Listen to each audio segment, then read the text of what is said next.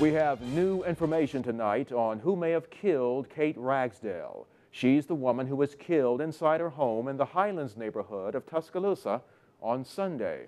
A criminal profile released by homicide investigators today reveals the suspect may likely live close to Ragsdale's home and describes the person as possibly young in age. WVUA's Travis Leader has more on what the profile says. He joins us live from the Highlands with our top story at 6. Travis. Well, we still don't have any names or physical descriptions at this moment, but we may have a better idea of the person that committed this, quote, horrific crime. Now, Tuscaloosa Metro Homicide Unit Captain Lloyd Baker says they have met with a retired FBI agent and a former criminal profiler. Based on the crime scene, initial analysis indicates the suspect is, quote, likely young in age and lived in close proximity to Ragsdale's residence. They also say that it's likely the suspect walked to and from the crime scene and was familiar with this location. Baker is asking to be wary of those displaying tremendous behavior changes in the days following this event, saying these behavior changes will be obvious to peers, friends, and family. They also believe this person is likely one who has not had a long history of criminal behavior. The main point of this whole profile that I want to emphasize is the post-event behavior change. We strongly believe that whoever did this is displaying behavior that is indicative of extreme duress. Now, Baker says they are also gathering and analyzing area video surveillance footage. An autopsy revealed the cause of death as being a sharp force injury. Now, if you know anything about this case, even something small, investigators want you to call them. You can make a confidential call to Crime Stoppers. That number is 205-752-STOP. Reporting live from Tuscaloosa, Travis Leader, WVUA News. Philip? All right, thanks, Travis. Dignitaries are in Tuscaloosa honoring pivotal moments in the civil rights movement. Several U.S. congressmen are in Tuscaloosa remembering the 50th anniversary of George Wallace's stand in the schoolhouse door. University President Dr. Judy Bonner led the ceremonies, which featured Vivian Malone Jones' sister, Dr. Sharon Malone, along with former Alabama Governor George Wallace's daughter, Peggy Wallace Kennedy. Alabama native and Georgia Congressman John Lewis says he was moved to tears by the ceremony. I saw a piece of history. You can see it on television. In 1963, when I was only 23 years old, but you can come here, and I just felt like reaching out, touching the doors. But it was so sacred and so special, I refused to touch.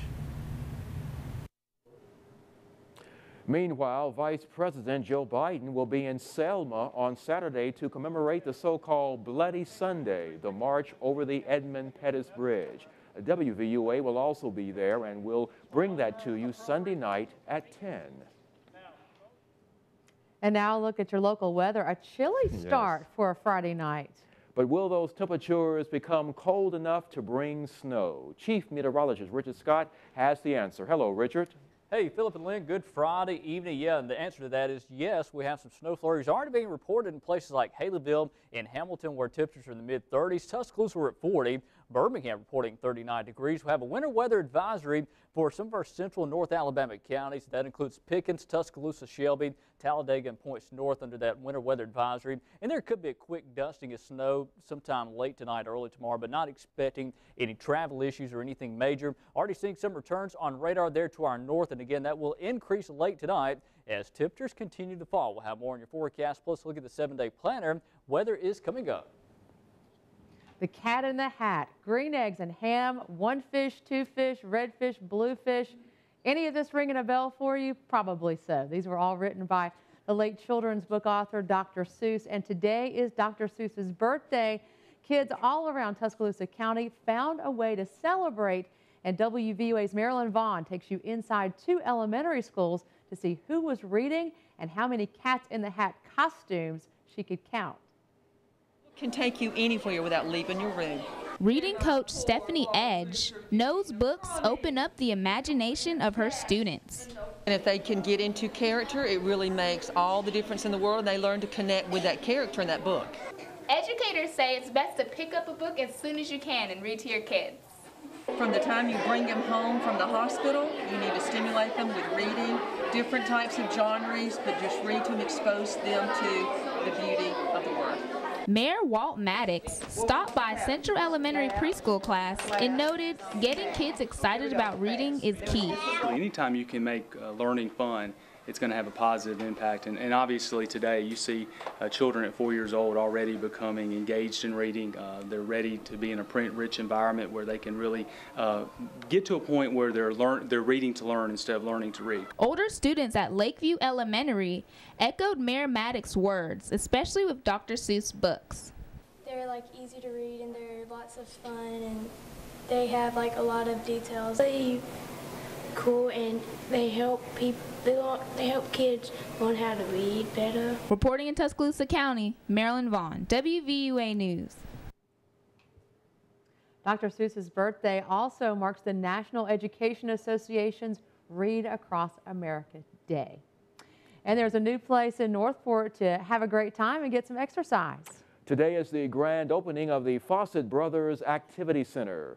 Features of the nearly 60,000 square foot building include cardiovascular, weight and spin rooms, an aerobic studio, an 18-foot climbing tower, a boulder wall and climbing boulders, therapeutic and recreational swimming pools, a walking track, a gymnasium, and an outdoor archery range. Fawcett Brothers Activity Center member J.C. Jones tells us that he'll be spending a lot of time there. If my wife has her way, probably every day. I think it's going to be wonderful because there's a lot of people live in this area and we've never had anything like that anywhere around here.